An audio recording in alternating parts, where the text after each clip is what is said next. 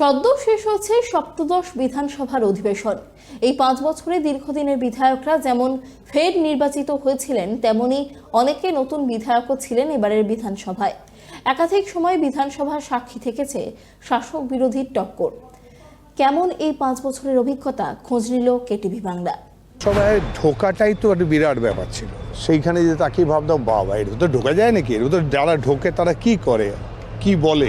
বিধানসভার মতো পবিত্র সদনে যেগুলো ঘটা উচিত নয় সেগুলো ঘটলো, চোখের সামনে প্রত্যক্ষ করলাম। 1,21,000 টাকা মাইনে নিচ্ছে, 1.5 লক্ষ টাকা মাইনে নিচ্ছে, তার পারফরমেন্স কি বিধানসভার মধ্যে, এটা দেখা অবশ্যই দরকার। পশ্চিমবঙ্গ বিধানসভা কত স্মৃতি জড়িয়ে রয়েছে সেখানে।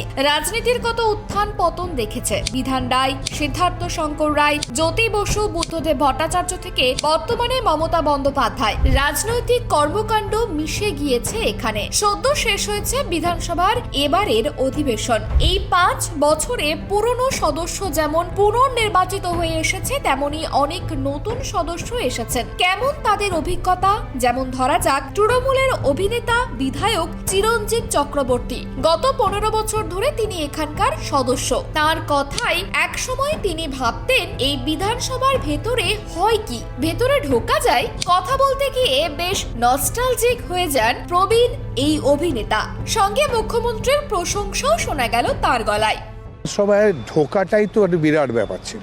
আমি এখান দিয়ে গাড়ি করে চলে যেতাম, হেঁটে হেঁটে পাস করতাম কোনো সময়, আর এই বিরাট বিল্ডিংটার দিকে তাকাতাম, এই গথিক স্ট্রাকচারটার দিকে, সাহায্যের তৈরি। সেইখানে যে তাকে ভাবতাম, বাবা এর তো ঢোকা যায় নাকি, এর তো যারা ঢোকে তারা কি করে, কি বলে, খুব জানার ইচ্ছে ছিল। সেটা এতদিন ধরে আমি জানলাম।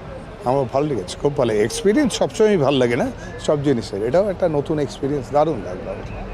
আবার এইবারই প্রথম বিজেপির প্রতীকে আরামবাগ বিধানসভা থেকে নির্বাচিত মধুসূদন বাগ। সামগ্রিকভাবে তার স্মৃতি বেশ ভালো, তবে অনেক প্রশ্নের উত্তর পাননি, তাও জানালেন।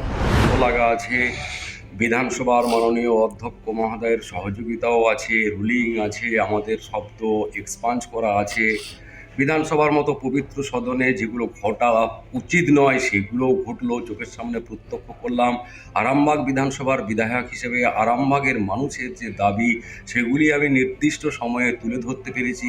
হ্যাঁ, অনেক প্রশ্নের উত্তর সিরিয়ালি দিতে পারেননি, সেটা হচ্ছে শিক্ষা দপ্তরের প্রশ্ন, স্বাস্থ্য দপ্তরের প্রশ্ন, পূর্ত দপ্তরের প্রশ্ন, আইন মন্ত্রীকে প্রশ্ন, অনেক প্রশ্ন যার উত্তর পায়নি। ওভারঅল ভালো। অন্যদিকে 2021 সালে বাম কংগ্রেস ও নতুন দল আইএসএফ মিলে তৈরি হয়েছিল সংযুক্ত মোর্চা। বাম কংগ্রেসের কোনো প্রার্থী জিততে না পারলেও আইএসএফ থেকে জয়ী হন নওশাদ সিদ্দিকী। এই বিধানসভায় এককভাবে কিন্তু বেশ নজর কেড়েছে নওশাদ। দৃষ্টি আকর্ষণকারী প্রস্তাব হোক বা উল্লেখ্য পর্ব বা প্রশ্ন উত্তর, কোনো সময়ে নির্দিষ্ট কোনো বিষয়ের ওপর আলোচনা, প্রতিটি বিষয়ই অংশ নিয়ে বিভিন্ন বিষয় তুলে ধরেছেন তিনি। নওশাদের দাবি, যারা বিধানসভার সদস্য নির্বাচিত করে পাঠাচ্ছেন তাদের জানা প্রয়োজন তার এলাকার বিধায়ক কি কাজ করছেন সেখানে। তার জন্য বিধানসভা টিভির দাবি করেন তিনি।